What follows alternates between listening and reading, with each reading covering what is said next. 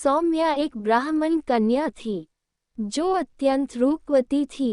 जब वह विवाह के योग्य हुई तो उसका पिता बनवारी लाल अपनी बेटी के लिए सुयोग्य वर देखने लगा। बनवारी लाल अपनी बेटी को देखने जिस किसी भी योग्य व्यक्ति को घर बुलाता तो वह हर किसी को मना कर देती। एक दिन इन सब से परेशान हो सौम्या अपने पिता से बोली, पिताजी तुम ये रोज रोज मुझे देखने के लिए लड़कों को घर बुलाना बंद कर दो। मैं अपनी मर्जी अपनी पसंद से लड़का देखकर विवाह करूंगी। सौम्या बनवारी की इकलौती बेटी होने के कारण उसे बहुत प्यारी थी, इसलिए बिना किसी ना नुक्कड़ के वह अपनी बेटी की बात मान लेता है। जिस नगर में बनवारी अपनी बेटी सौम्या के साथ रहता था, उस नगर के ऊपर राजा वज्रदेव का शासन था।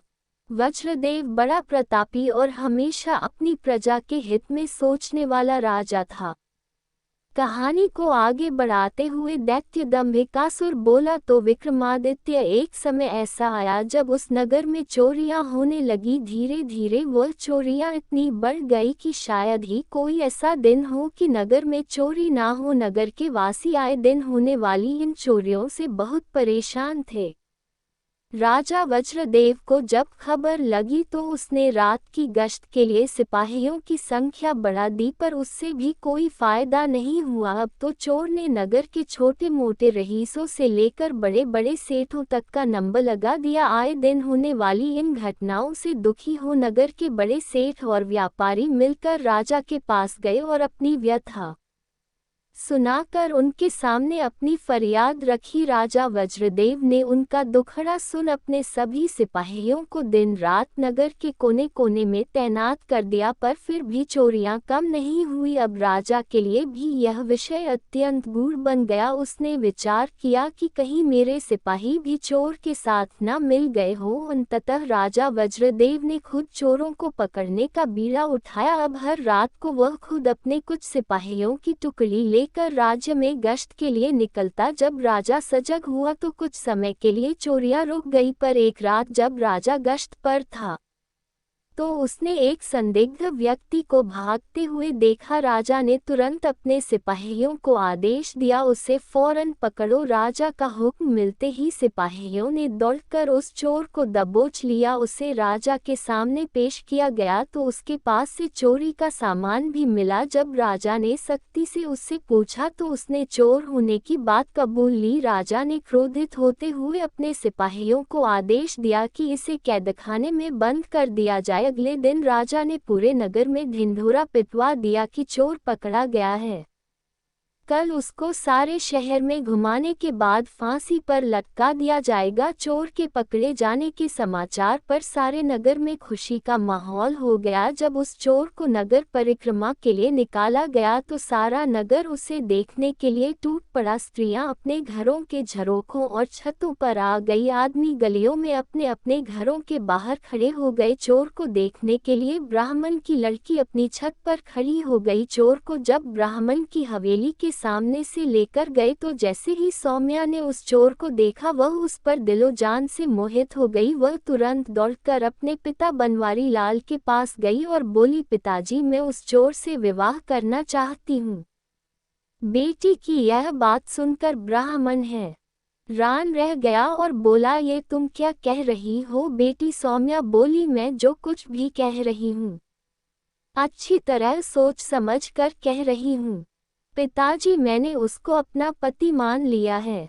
अगर उसको शूली पर लटकाया गया तो मैं भी उसके साथ सती हो जाऊंगी। अपनी इकलौती बेटी की यह अजीब सी जिद सुनकर बनवारी लाल के पैरों नीचे से जमीन खिसक गई। उसने अपनी बेटी को समझाने की बहुत कोशिश की पर वह अपनी जिद में टस से मस न हुई। अंततः अपनी बेटी की ममता के वशीभूत हो ब्राह्मण राजा के पास जाता है और सारी बात राजा को बताकर चोर को छोड़ने का निवेदन करता है।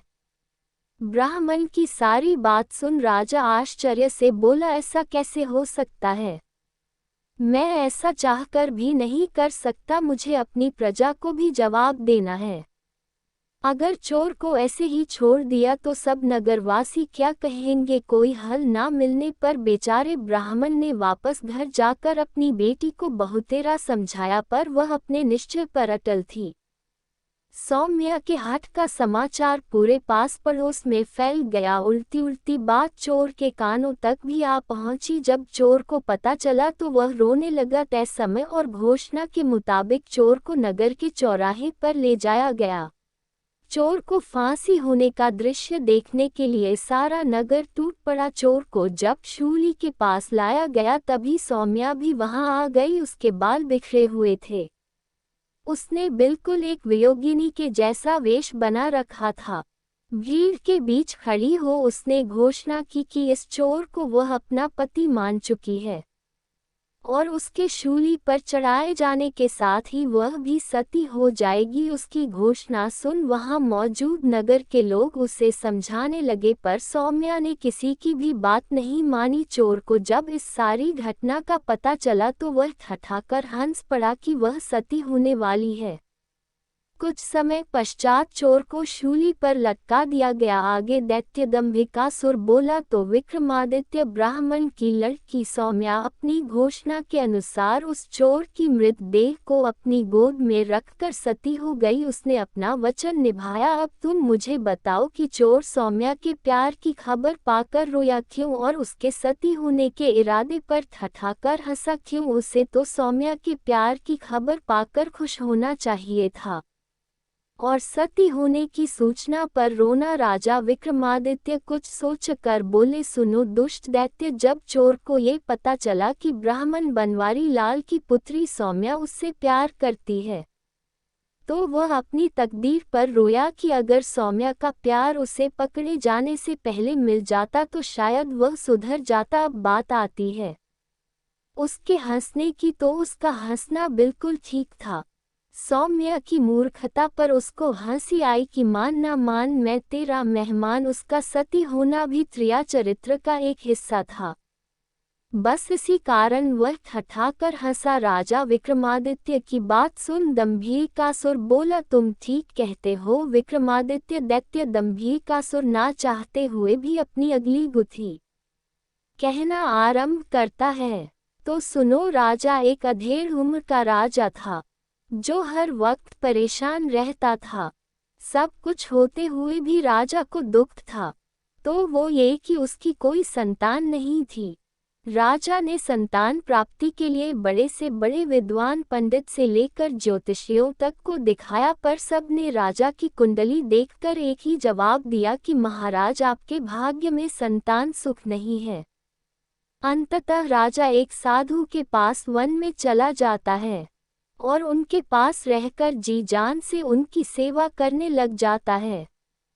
ऐसे ही समय बीतता गया। राजा को महात्मा जी की सेवा करते पूरे 12 साल हो गए। तब एक दिन साधु ने राजा से पूछा, वत्स, तुम्हें मेरी सेवा करते आज पूरे 12 साल हो गए। इन 12 सालों में ना कभी मैंने तुमसे तुम्हारे यहाँ आकर मेरी सेवा करने का उद्देश्य पूछा और ना ही कभी तुमने मुझसे कुछ मांगा। मैं तुम्हारी सेवा से बहुत प्रसन्न हूँ, मांगो जो भी मांगना चाहते हो। तब राजा ने हाथ जोड़ साधु महात्मा जी से कहा, महाराज मुझे किसी चीज की कोई कमी नहीं है, बस कमी है तो एक संतान की। अगर आप मुझे कुछ देना ही चाहते हैं तो मुझे संतान प्राप्ति का आशीर्वाद दीजिए। तब साधु महाराज ने कुछ देर ध्यान लगाया और बोले, वत्स, तुम्हारे भाग्य में तो संतान सुख है ही नहीं, पर क्योंकि तुमने मेरी 12 साल तक सेवा की है तो तुम्हें खाली हाथ तो नहीं भेजूंगा बेटा। मैं तुम्हें संतान प्राप्ति का आशीर्वाद तो दे दूंगा, पर तुम्हें जो पुत्र होगा उसकी आयु केवल 20 वर्ष की ही होगी। महात्मा जी की बात सुन राजा बोला, हे साधु महाराज, 20 वर्ष ही सही, हमें संतान सुख तो मिलेगा और वैसे भी महाराज मेरी आयु 60 वर्ष की तो हो ही चुकी है। 20 वर्ष तक तो शायद मैं भी जिंदा ना रहूं, इसलिए हे महाराज कृपया मुझे संतान प्राप्ति का आशीर्वाद दीजिए। राजा की बात सुन महात्मा जी राजा को संतान प्राप्ति का आशीर्वाद दे देते हैं। साधु महाराज को प्रणाम कर राजा खुशी खुशी अपने राज्य लौट आता है। कुछ ही दिन पश्चात महारानी गर्भवती हो जाती है। पूरे राज्य में खुशियों का माहौल था। तय समय पर महारानी जी ने एक बिल्कुल स्वस्थ पुत्र को जन्म दिया। ये देख राजा की खुशी का ठिकाना न रहा। राजा ने अपने पुत्र का नाम वीरध्वज रखा। वीरध्वज जब थोड़ा बड़ा हुआ तो राजा ने उसको शिक्षा ग्रहण करने के लिए बाहर भेजने की बजाय राजमहल में ही उसकी शिक्षा की व्यवस्था कर दी। समय बीतता गया। राजकुमार वीरध्वज की सभी प्रकार की शिक्षा और शस्त्र विद्या पूरी हो चुकी थी। वह अब एक आकर्षक युवा बन चुका था। राजकुमार के जवान होते ही दूसरे राज्यों से उसके विवाह के प्रस्ताव आने लगे। राजा भी अपने पुत्र के लिए योग्य कन्या देखने लगे। वे साधु की बात को बिल्कुल भूल चुके थे कि उसके पुत्र की आयु तो सिर्फ 20 वर्ष ही है। पुत्र सुख मिलने के पश्चात राजा की सेहत भी एकदम ठीक ठाक थी। जब उसके पुत्र का 20वां साल लगा तब राजा को साधु की बात याद आई। बात याद आते ही राजा फिर चिंता में रहने लगा। जब रानी को राजा की चिंता का कारण पता चला तो वह भी चिंतित हो उठी। फिर कुछ सोचकर रानी बोली, महाराज आपको फिर से उन्हीं महात्मा के पास जाना चाहिए। वह अवश्य ही इस समस्या का कुछ हल जरूर बताएंगे। राजा को रानी की बात बिल्कुल ठीक लगी। राजा तुरंत वन की ओर निकल पड़ता है। पुत्र के प्राण बचाने के लिए राजा वन में साधु जी के पास जाता है और कहता है, हे साधु महाराज, मेरे पुत्र का 20वां वर्ष लग चुका है।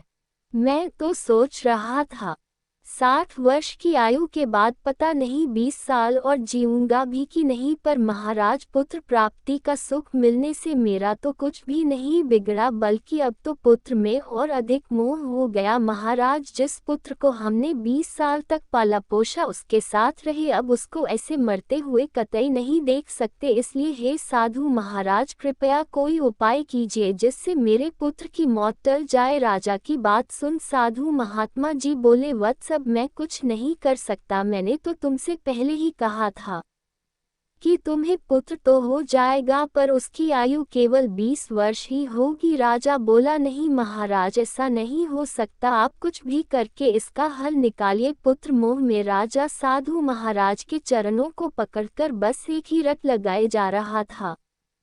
कुछ कीजिए महाराज। अंततः महात्मा जी बोले, सुनो बेटा, निश्चित काल में तुम्हारे पुत्र की मृत्यु ना हो, उसका केवल एक ही उपाय है कि उसका विवाह किसी ऐसी कन्या के साथ कर दिया जाए जो अपने से पहले अपने पति को ना मरने दे। इतना सुन राजा को कुछ सुकून मिला। वह साधु महाराज को प्रणाम कर राजमहल वापस लौट आया। राजा ने अपने सैनिकों को हुक्म दिया कि जाओ और राजकुमार के विवाह हेतु ऐसी कन्या ढूंढो जो अपने से पहले अपने पति को ना मरने दे। राजा का हुक्म मिलते ही उसके सैनिक देश के कोने कोने में फैल गए। वह जहाँ भी जाते हर जगह सब उन्हें यही कहते कि मृत्यु पर भला किसी का वश कैसे चल सकता है, वह किसके हाथ में है।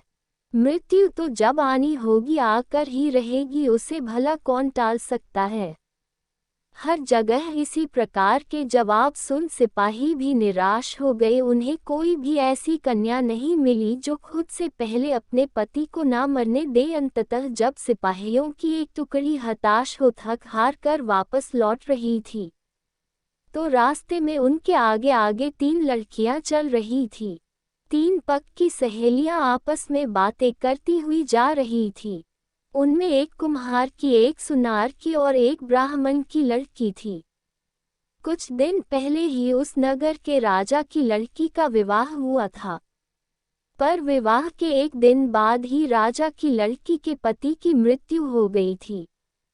बस उसी विषय में आपस में चर्चा करती हुई तीनों सहेलियां अपने घर की तरफ जा रही थीं।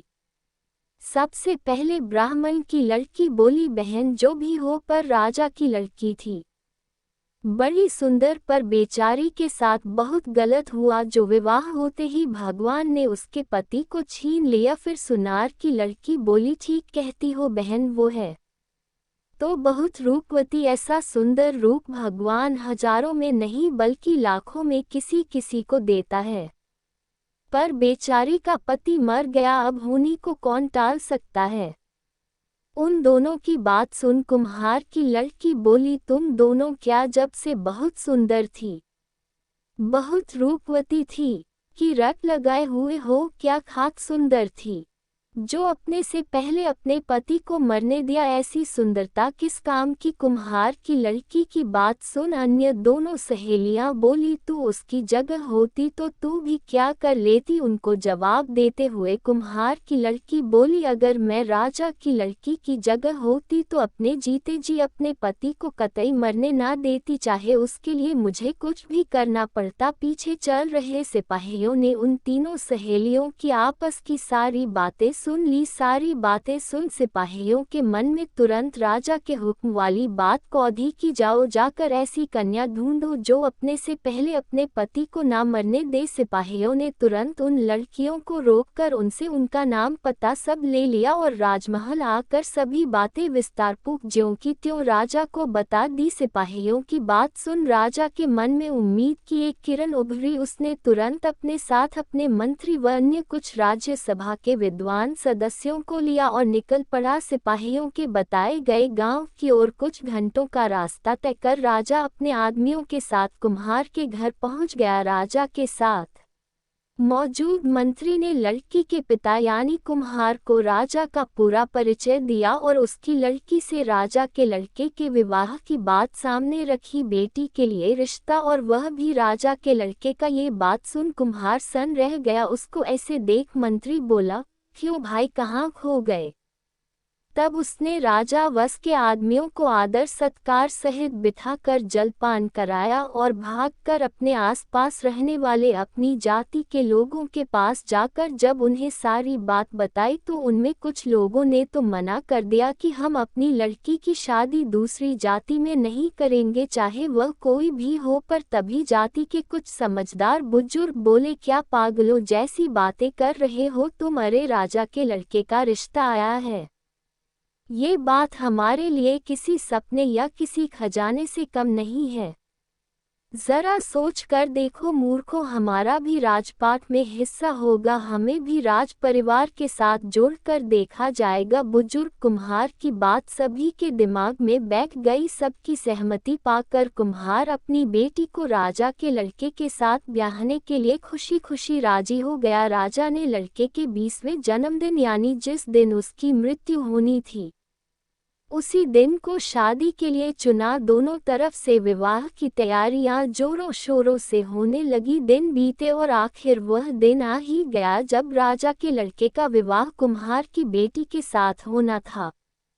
अगर आपको हमारा ये वीडियो पसंद आया हो तो हमारे चैनल को लाइक करके सब्सक्राइब जरूर करें। आप सभी का बहुत धन्यवाद।